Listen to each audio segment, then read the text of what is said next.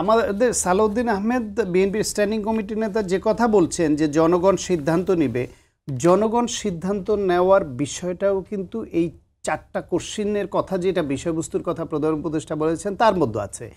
এইখানে তিনি দেখেন নাম্বারে বলছেন যে সংসদে নারীর প্রতিনিধি বৃদ্ধি, বিরোধী দল থেকে ডেপুটি স্পিকার ইত্যাদিতে কয়েকটা উল্লেখ করে তারপর বলছেন যে বিভিন্ন বিষয়ে যে 30টি প্রস্তাবে জুলাই জাতীয় সনদে রাজনৈতিক দলগুলোর ঐক্যমত্য হয়েছে। খেয়াল করেন, এই 30টাতে সবাই একমত হয়েছে।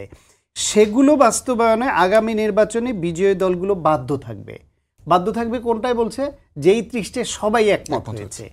তার জাস্ট পরে ঘতেই আসেন। ঘতে বলছে জুলাই সনদে বর্ণিত অন্যান্য সংস্কার রাজনৈতিক দলগুলোর প্রতিশ্রুতি অনুসারে বাস্তবায়ন হবে। তাহলে এইটা কি না বোঝার কথা যে যেগুলিতে সবাই একমত হয়েছে সেইটা বিজয়ী দল ওই সংসদে গেল সেটাকে মানতে, বাস্তবায়ন করতে বাধ্য থাকবেন। আর যেখানে একমত হয়নি সেটা প্রতিশ্রুতি অনুসারে। প্রতিশ্রুতি মানে কি? বিএনপির প্রতিশ্রুতি হচ্ছে আমরা এই নির্বাচিত হলে এই বিষয়গুলো আমরা করব বা এটা করব। Election manifesto. জামায়াত ইসলাম বলেছে এই বিষয় আমরা চাই, এই বিষয় চাই না, এবং এটা নির্বাচনী ম্যানিফেস্টোতে যাবে, জনগণের কাছে তাদের প্রতিশ্রুতি আকারে যাবে। জনগণ ওই প্রতিশ্রুতি জেনে বুঝে তারা ভোট দিলে বুঝতে হবে যেই দল বিজয়ী হবে তাদের ওই প্রতিশ্রুতি শুনে জেনেই তারা ভোট দিয়েছে।